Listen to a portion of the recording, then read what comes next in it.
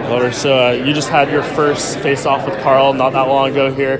What did you make of him? It seems like you're definitely the bigger man between the two of you. Yeah, I hope so. You know, he's come from 185. Yeah.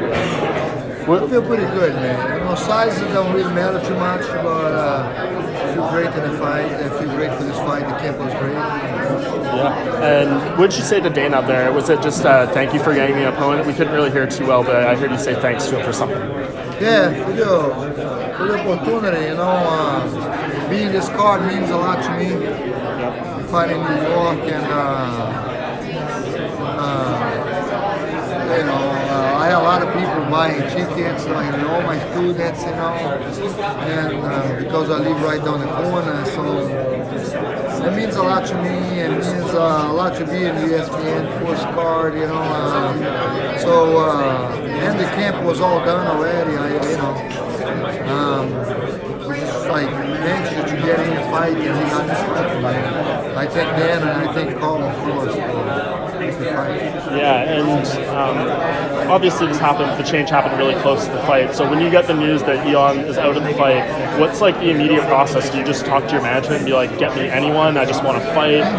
Is there certain requirements you have? Like, how do you make this short notice fight happen? Yeah, I mean, that's what I say, you know, hey man, get me some fight, you know, I wanted to fight, and get me a fight, if God forbid I don't fight, maybe make quicker, you know, maybe February or March to come back, but, you know, thank God they found an opponent, and here we go. Yeah, do you know much about Carl at all? I mean, I watched some videos of him, of course, but I didn't know anything about him. When they told me, oh, you're gonna fight Carl, you know, I said, yeah, fine, let's do it. I didn't know who he was before the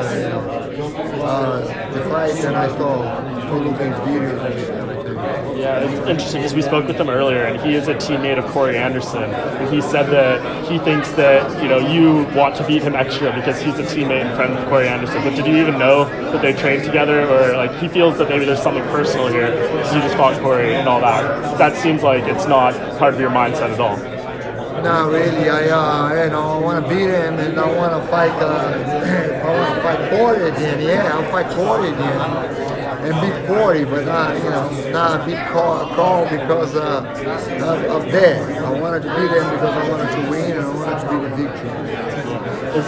Was there anything particularly frustrating about that fight with Corey? It seems like, you know, out of the losses you've had in the UFC, that one was maybe the one that bothered you, or like the most irritating. You just felt like you couldn't perform. Is that kind of correct? Yeah, man. It's a time of the fight. You know, I think I had a bad fight. You know, I didn't let my hands go. My takedown defense wasn't there. I was a little off that day, and there's a lot going on that week. You know, plus training wasn't, you know, the camp wasn't 100%, but you know, wasn't was a pass. You know, it's a pass. We go forward now, and it's a time to get in that winning drag. Yeah, and you did an interview with one of our reporters from MMA Junkie a week or two ago, and you kind of talked about, you know, being your age now, all the experience you've had, you kind of have to make some adjustments. You can't just go out there and brawl, throw caution to the wind. When did you come to that realization that, like, you know, all the experience, all these kind of things, like, I need to make some tweaks to how I'm preparing and how I approach fighting and everything? Was there like a moment where you started to realize that? Yeah, I mean, it was those guys that started studying my game, you know, a little bit. You know, I'm the guy that comes forward. I'm the guy that comes to fight. I'm the guy that's there to. I like a guy that step, you know, and engage with me. But you know, they start making adjustments. So because of my style, so I have to make adjustments. So I mean, aggression is always going to be there because that's my instinct. But I just got to be cautious and taking my time, the right time. And you, do you think about how much longer you want to keep doing this for? Because obviously, you know, we just saw Chuck Liddell come back, your longtime training partner and everything. Like, when you see that, did it make you think, you know, I don't want to be around this game too long, any of that kind of stuff? Or did you just make it that, and did it impact how you think of your future?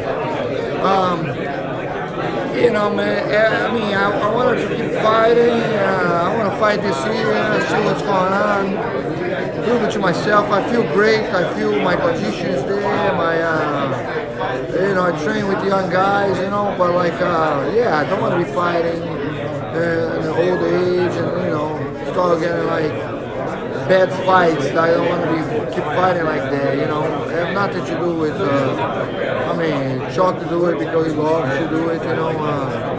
Especially on the sport, you know, he's always going to be, he's one of the best of all time. He's always going to be one of the best of all time. Sure. Were you surprised with how the John Jones-Alexander Gustafsson fight went? Did you think it would be, you know, that type of victory for Jones, or what did you think of how the fight went compared to what you thought beforehand? No, I didn't think it was going to be that type of victory, but you know, Jones was great, and you know, taking out, looking up. Do you think Anthony Smith poses any threat to him in that title fight coming up? Yeah, always. You know, Anthony Smith is no joke. You know, he's been proving himself. He's doing great work. Of course, Jones has the advantage. He's a great fighter, a champion, you know, confidence. But Anthony Smith, you know, he got that chance, man. Stepping in, he had that chance, you know. No. Yeah, and speaking of a guy like Smith, we've seen him, we've seen Thiago Santos, and now Carl, your opponent, guys moving up from middleweight to 205, and they've done very well in this weight class. Why, for you, is Carl not going to have that success? How do you see yourself beating him in this fight? Well, because he's fighting me. So I think I don't think Carl is there yet. We'll see about that on Saturday. I mean, I got we're talking over here. I'm just confident in what I'm going to do with him, and we'll see. Saturday night, the time.